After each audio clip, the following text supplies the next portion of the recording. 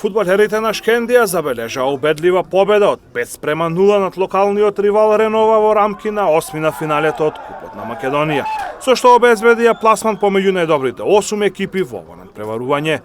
Победникот беше решен уште во првото полувреме, откако Мерџани во 4-та минута го отвори резултатот, а Шалја зголеми 2-0 во 20-та минута. До крајот на првиот дел беа постигнати уште 2 голови во мрежата на Ренова. Хебај во 41-та минута зголеми 3-0, а само 4 минути подосна Шалја стрелаше за 4-0 на полувремето. Во вториот дел гледачите на градскиот стадион во Тетово имаа можност да видат само еден погодок, кој беше дело на Хебај во 54-та минута. Unë vlerësoj maksimalisht, jam shumë i kënaqur në aspektin individual. Многу сум задоволен од индивидуален аспект и од тој колективен аспект го дадовме максимумот од себе си и го добивме овој надпревар кој беше многу важен за нас. Ние сите надпревари сме ги играле добро од почетокот на лигата, но среќата не беше на нашата страна и очекувам да продолжиме вака со позитивни резултати за да бидеме тука каде што ни е местото. Svaki igrač, svaki trener živi od dobrih rezultata.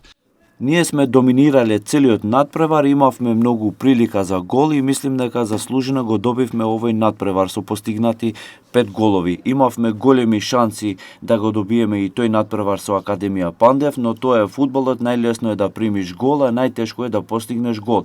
Но со ова победа мислам дека ќе им дадеме мотивација на играчите за следниот надпревар да го добиеме како што го победивме денес.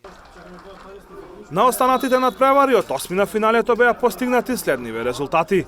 Беласица Сидекс 2-4, Брегалница Охрид 4-0, Шкупи Тиквеш 1-0, Академија Пандев Македонија Ѓорче Петров 1-1, 3-5 на пенали, Пелистер Работнички 0-0, 5-4 на пенали, Струга Борец 1-1, 5-4 на пенали и Вардар Скопје 0-0, 4-2 после изведувањето на пеналите.